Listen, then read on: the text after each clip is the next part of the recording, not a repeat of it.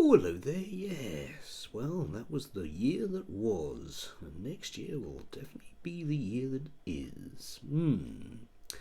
Now, predicting, as ever, is really, really, really bad sport, as everybody knows. However, I am going to stick my neck out once again and predict that we won't have an election next year. I think there are too many storms brewing on too many horizons. And given the febrile nature of our current media and politics at the moment, I'm quite convinced that there will be a crisis.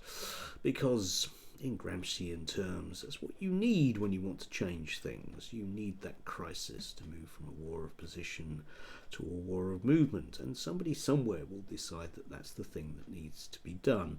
It'll come from the outside, of course. There will be the inevitable problems in and around the US elections, which will spill into British politics in a big way, with the notion that various nefarious forces are at work. And you will probably see this also in terms of very bad things happening in Argentina, because after all, those anti-Thatcherite forces that are there are going to be working hard to stop things too.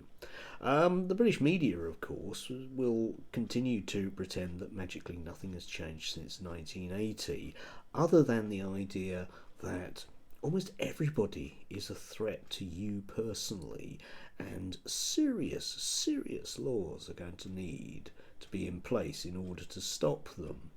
The Commentariat will be having a meltdown because they'll be so worried that their sources of funding will be drying up with this government, and this government will be having a meltdown because, of course, the gravy train in some way will have to stop. For the rest of us, of course, well, we'll carry on, hopefully, some of us with our heads above the parapet, and try and find a way forwards. There are plenty of positive things out there. The possibility of nuclear fusion finally coming on board this year can potentially change everything. Students of history will know full well that change often happens very, very, very rapidly once certain things are in place. And there are certain, a Marxist term, historical movements that you just realistically can't stop. If you think about the difference in capitalism between 1600, 1700, 1800, 1900 and now, you can see exactly the way that those things work.